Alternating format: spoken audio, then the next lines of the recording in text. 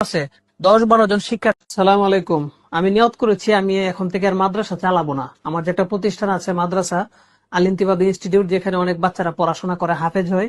আমি আসলে মাদ্রাসা চালাতে পারছি না বা চালানোর কোনো পরিস্থিতি নাই। কেন চালাবো, কার জন্য চালাবো? এই যে খাতা দেখছেন, এই খাতার মধ্যে এমন কিছু তথ্য আছে যেটা দেখলে আপনি অবাক হয়ে যাবেন যে আমি কার জন্য এত মেহনত করছি, আমরা কেমন প্রজন্ম আগামী দিনের জন্য রেখে যাচ্ছি। এই খাতার মধ্যে সেগুলি আছে। আপনারা জানেন যে আমাদের ঈদ গেল, রোজা ঈদ গেল কয়েকদিন আগে। ঈদের আগে যে শিক্ষার্থী 3 পৃষ্ঠা 4 পৃষ্ঠা সবক শোনাইতে পারতো, 7 সবক দিতে পারতো, আমুকটা পিছনে পারা শোনাইতে পারতো, সেই ছাত্র, ভালো মেধাবী ছাত্রটি বাসায় যাওয়ার পরে, সে বাসা থেকে আসার পরে এখন সবক শোনাইতে পারে না, আমুকটা পারে না, 7 সবক পারে না, পিছনের পারা সব ভুলে গেছে। কেন, কি হলো?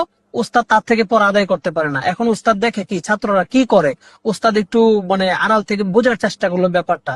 তো এক ছাত্র আরেক ছাত্রের সাথে কি যেন আলোচনা করে, গেমস নিয়ে আলোচনা করে। তো কি গেম সেটা? উস্তাদ ধরলো যে আচ্ছা তোমরা যে আলোচনা করলা সেটা কি? বলে যে গেমস নিয়ে আলোচনা করেছি। কি গেম? তারপর উস্তাদ বললো তো তুমি কয়েকটা গেমস এর নাম বলো তো বা লেখো তো। তো একজন শিক্ষার্থী এখানে গেমস এর নাম লিখেছে প্রায় এখানে হচ্ছে যে 30টা।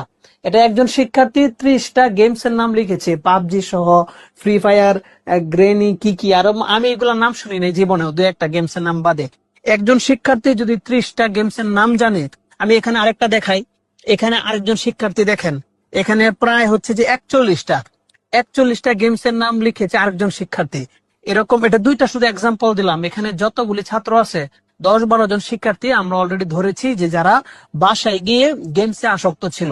তো এই যে মানুষের মেধা, ভালো জিনিস দিয়ে মেধাটা পরিপূর্ণ করে আমরা বাসায় পাঠিয়েছি, আর তারা বাসায় গিয়ে একবারে মাশাআল্লাহ একবারে জান্নাতি পরিবেশ পেয়ে সারাক্ষণ গেমস নিয়ে সময় কাটিয়েছে।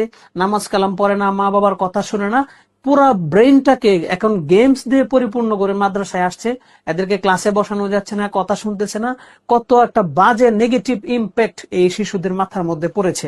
তো আসলে আমার মনটার মধ্যে খুবই দুঃখ লাগলো যে আমরা কি আসলে মাদ্রাসা চালাই শুধু রুটি রুজির জন্য না, আমরা একটা প্রজন্ম তৈরি করে যাচ্ছি যারা আগামী প্রজন্মকে কোরআন শেখাবে, তারা তার পরবর্তী প্রজন্মকে কোরআন শেখাবে।